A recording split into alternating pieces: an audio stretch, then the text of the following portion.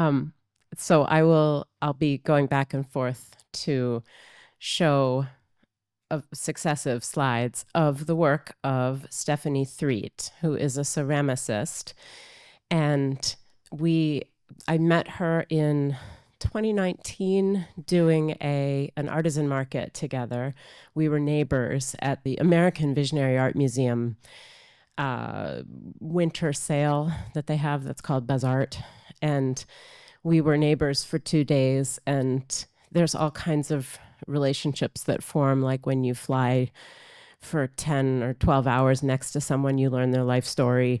When you're like table neighbors at an artisan market, you might learn the life story of somebody. And then those relationships kind of dissipate, but then they're in your back pocket. And so Stephanie's art stayed with me, and she kind of led me into it with tiny little ceramic earrings, which were um, cool, and the overlap with what I make, which are usually earrings and pendants. I think I don't know, I mentioned to a few people that I'm wearing the First Amendment as a pendant, and First Amendment pendant has a nice ring to it. But anyway, um, when I love a text, I chop it up and mount it on wood and wear it.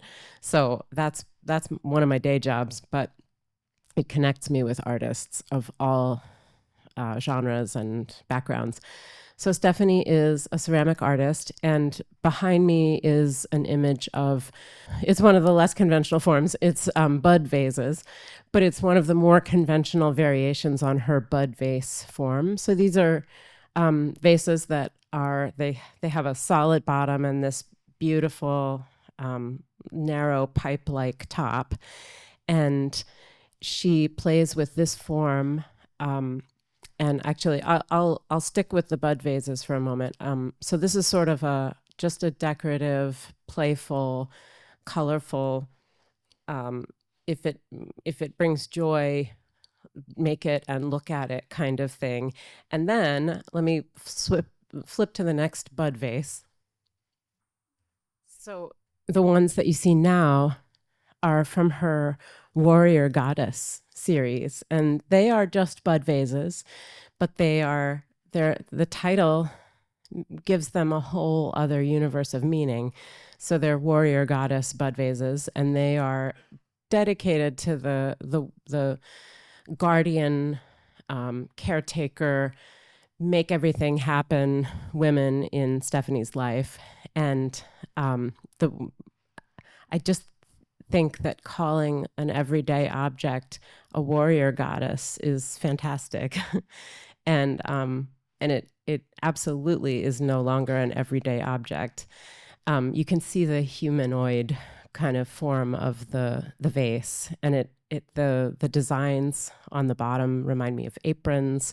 They're also so they're just uh, um, tiny. The detail is tiny, and I have a weakness for um, an insanely ornate lace collar on a Flemish painting from 1600, for example.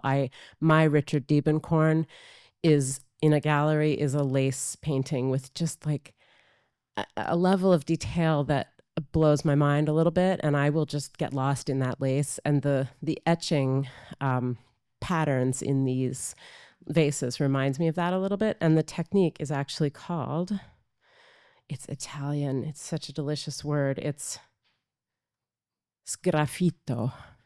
And you can see the word graffiti in there. And I think sgraffare is to scratch. So it's a scratched in design into the wet clay that's then glazed. Let me just grab one or two more images. There's lots to read about Stephanie and her process and her career and the decisions she's made as an artist. So let me grab another one. So these are more warrior goddesses using a different technique, a different glaze, and wood firing instead of gas firing, I think, and it's detailed in the feature on her. These are the idea of there's just ceramics. Raise your hand if you're a ceramic artist in any capacity. Yeah, so nobody raised their hand. I didn't check to see if anybody online is, but it's a genre that or a medium that I don't know very well at all. I happen to know a lot of ceramic artists, probably because I just rub up against them at artisan markets, but I don't know, besides the like total failure of a cat I made in 7th grade. I don't know the techniques at all. So it was cool to learn just that there's profound differences between different kinds of kilns and what can result from little changes in any one of dozens of steps in the creation of a ceramic piece of art. So this is just another set of warrior goddesses, and I'll show you one more slide.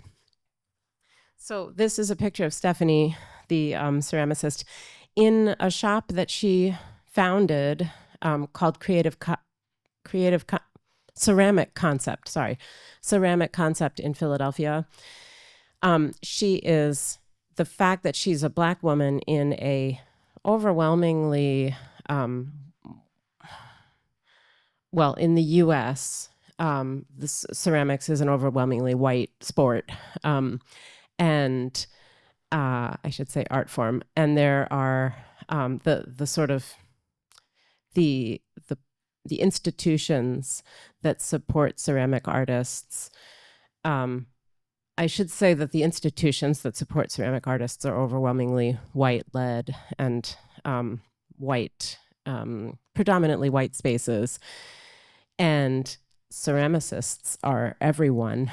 And so one of her missions, although it has changed recently, it hasn't changed. It's just she's kind of had to chameleon her way through the changing arts funding landscape. That's a huge part of it.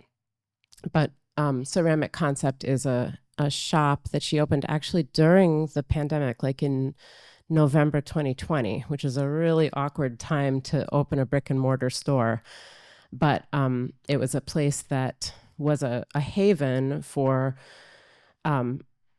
Black and brown people in particular, people who felt marginalized in a lot of different ways, and they would come and have I'm going to use this one more time, I hope I don't beat it to death today, but have a Richard Diebenkorn moment with the very wall that Stefani is standing in front of, just seeing beautiful things in a public space, just a few people at a time, wearing masks, coming into this calm, beautiful space dedicated to creative and beautiful things. They would come and have this recharging moment. She was open for about 5 years and recently closed Creative Concept and has gone on the road kind of in pursuit of residencies and conferences. And I joked, I don't know how, I don't remember how avidly she responded to this joke, but I said, you're kind of like ceramics Jesus, like just strapping on your sandals and putting on your tunic and going, and trusting that there would be a landing place for you and your art, and with a little bit of preparation. Not really Jesus-like at all. In the you have to figure out a little bit more than that. But anyway, so her mission is still to connect ceramicists of color with each other and with opportunities to show at conferences. And actually, I lied. I'm going to show one more slide. This is, I'll show it, then I'll talk it.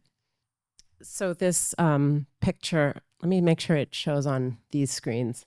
Yes.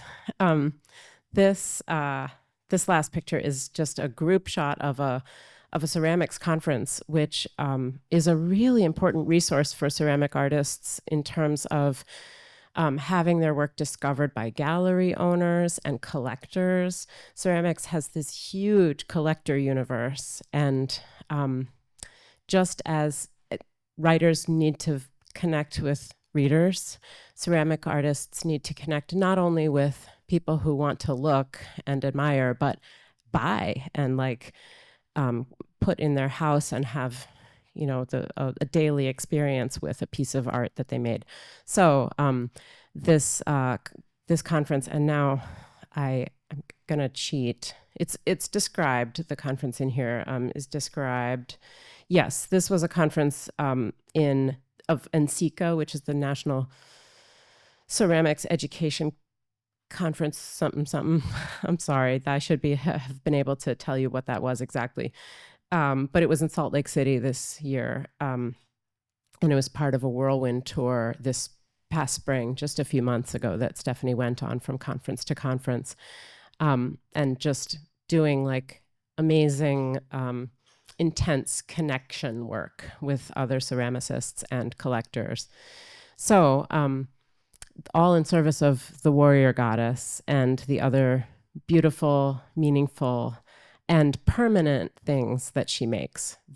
A piece of ceramic art is, as I describe in the piece in the issue, a piece of ceramic art is forever. It's the clay pot from 20,000 years ago that tells us about previous civilizations that leave only their pots behind. I mean, it's the emblem of the surviving artifact. So it's a way of, not only is it for the present and to be admired now, but pots are forever in a way that a lot of art forms are not. So that's my little talk about the work of Stefani Threet. You can read all about it in the issue. You can visit her online. I believe her info is in here, and if not, I will make sure that I can give you a website that you can visit. When I sit down, I'll make sure I do that. So I was about to say sort of reflexively if anyone has questions, but I'm not sure that I can answer them. And also Stefani was unable to come because she was participating in Juneteenth festivities this whole weekend, and sends her regrets and is delighted to be included in the issue. So I guess we'll just move on to the next act.